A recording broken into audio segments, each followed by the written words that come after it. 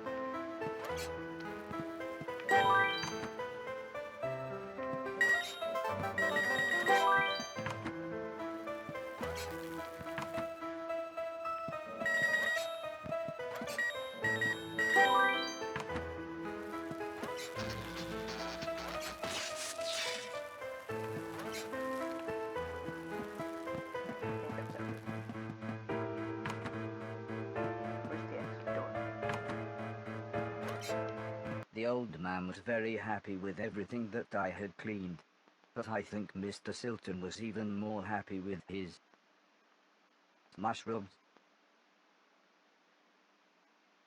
I wonder what he's gonna do with them.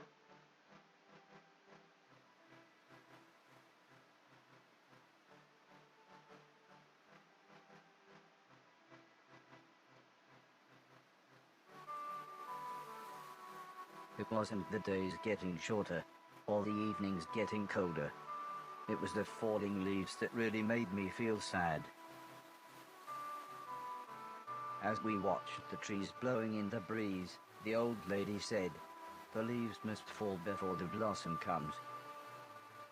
She had already explained the seasons to me, so for once, I actually understood. But it didn't make me feel any better.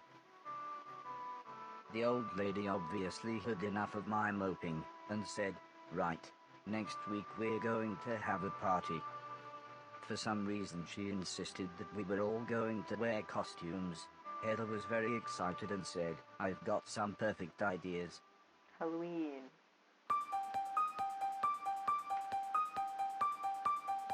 Yeah, Halloween.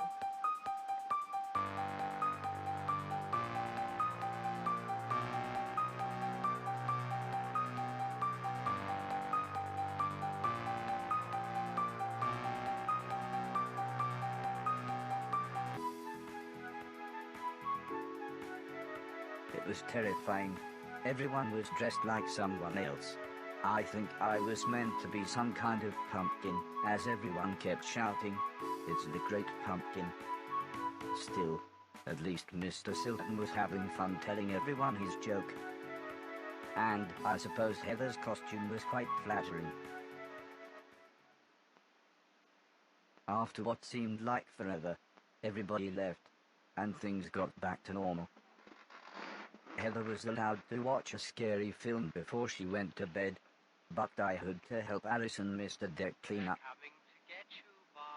I wasn't happy about this, but the old man said if I was quick, then I could watch the end of the film with them. Alice was vacuuming, and Mr. Deck was taking down the decorations, so I thought I should clean up the plates and glasses. Why are there bottles on top of her vacuum? Some people don't get it. Is that a scythe? Oh. The ear-splitting sound was the fire alarm. As usual, Mr. Deck blamed Mr. Silton, saying he was probably smoking one of his jazz cigarettes. But then the professor appeared. He said that there was something burning in the kitchen. Alice looked confused, saying that she hadn't cooked anything since the morning. We were all surprised when Mr. Deck opened the oven. Inside was a large black globe, and a slightly burnt pair of men's underwear. Suddenly the old lady burst in. She looked terrified. She kept shouting, "There's someone on the roof." When we went outside, it slowly became obvious that it was Mr. Silton. He was completely naked and playing his guitar. He shouted down, "When I finish this song, I'm going to fly."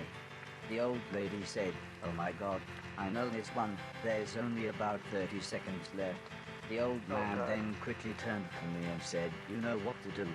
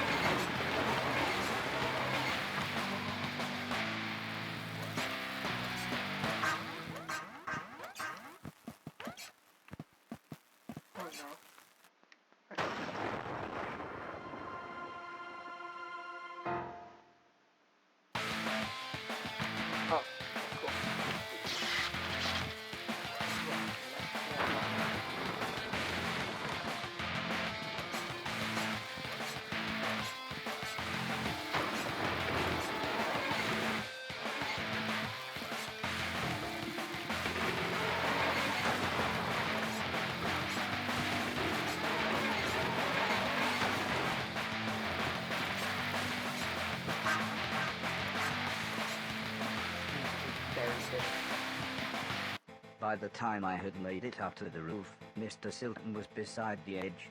I tried to calm him down, but he was acting even more bizarre than usual.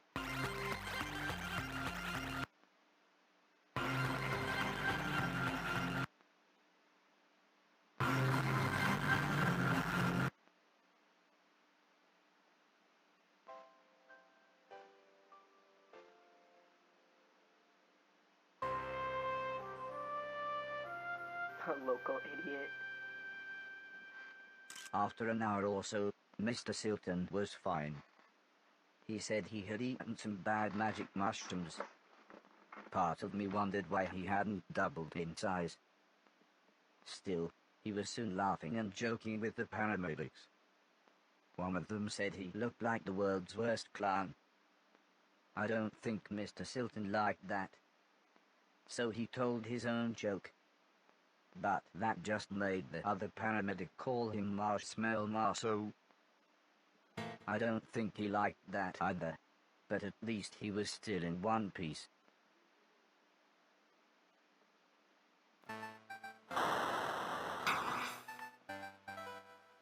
A month or so later, Heather and I were playing video games when the old man said he wanted me to come outside. He said it had been a year since I had arrived, so he had a present for me. He placed the teddy bear high up on a wooden platform. He then told me I should try to pick it up.